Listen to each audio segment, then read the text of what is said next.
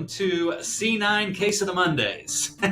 We are really going to focus in on just some short videos about things that our teachers are doing and using in their classrooms that are really innovative or something that's increasing student engagement. And one of my favorite tools is Kahoot. So when I found out that Brian was using it, one of our new teachers in the culinary program, I was like, get in here and let's talk about it. So we're just going to spend some time discussing Kahoot and how he uses it for student engagement. We'll do this once or twice a month. We'll call it Case of the Mondays, and hopefully you guys get something out of it. So first off, Brian, thanks for being here. No problem. Really appreciate it. And tell us a little bit about how you use Kahoot in the classroom and some things that it's allowed you to do as a teacher. So, one thing it's allowed me to do is to have fun with the students and also allow them to be a little competitive against each other. So I seem to like that a lot. But the other reason why I use it, it's a great way to just review. Right. A lot of times we'll do it actually the day before we'll do a test. I'll either make a Kahoot or use one that's online and we'll play, and it's a great way as a review tool.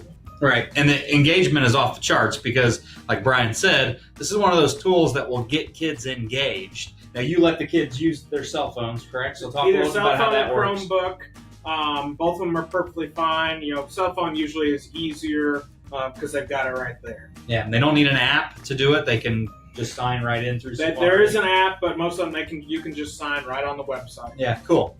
So we've got a number of people that use Kahoot in the building, but for those that don't, it is a student engagement tool. Like Brian said, it's one of those tools that will allow kids to be competitive with each other. I almost think of this as like the old game time buzzer. What would they call it? Like buzzer time from like Buffalo Wild Wings. You'd like go there and like, can I have one of the devices, and then you play the game and you compete against other people, and as you answer, you can have time limit and things. So Kahoot is a really cool tool for that, and kids love it, right? Is your response? They love it. Like I said, it's competitive.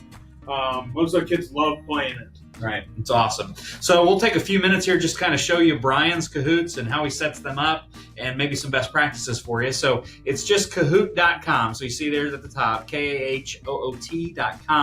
And then you will use what's awesome about a lot of these educational technology tools is that you can use single sign-on through Google. So you don't need a separate password, don't need a separate account. You can log in right through Google. So use your C9 account to do that. Once you do that and you're in, you will load up kind of the discovery page.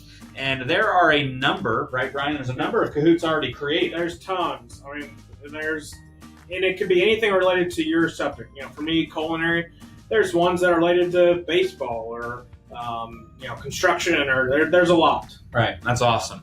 So if you want to save time, you can do that. Now, also, you can create your own. So Brian has created a couple here. He's created a breakfast one and a dairy one. You can see 20 questions, 15 questions. So are those preset, or can you pretty much have whatever you'd like there?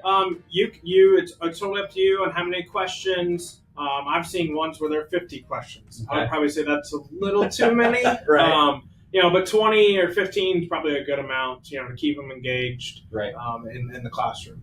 And to create a Kahoot, it's really easy. A Kahoot is fun to say. If you say it enough, though, you'll get tongue-tied, right? So up at the top right-hand side, you'll see the big white Create button. And when you click that, it will allow you to start creating the Kahoot. You can create a quiz or a jumble or some discussion and survey. You'll have a chance to see some of your stats here. And creating those quizzes are pretty simple, right, Brian? Yeah, they're very, very simple. Yeah, it looks I would say anybody could do it. You can have pictures with the questions or just like a cover picture as well. Awesome.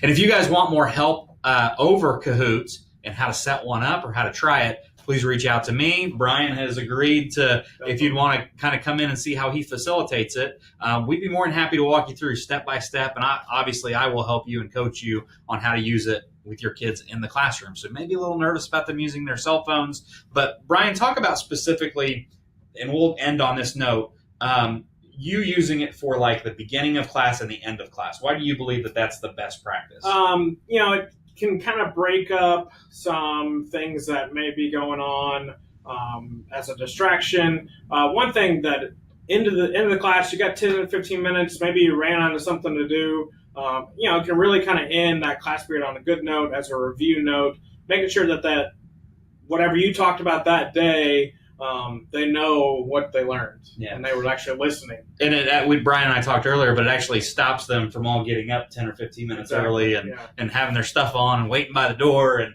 they have an activity right up into the bell, which is last minute of engagement you can kind of squeak in.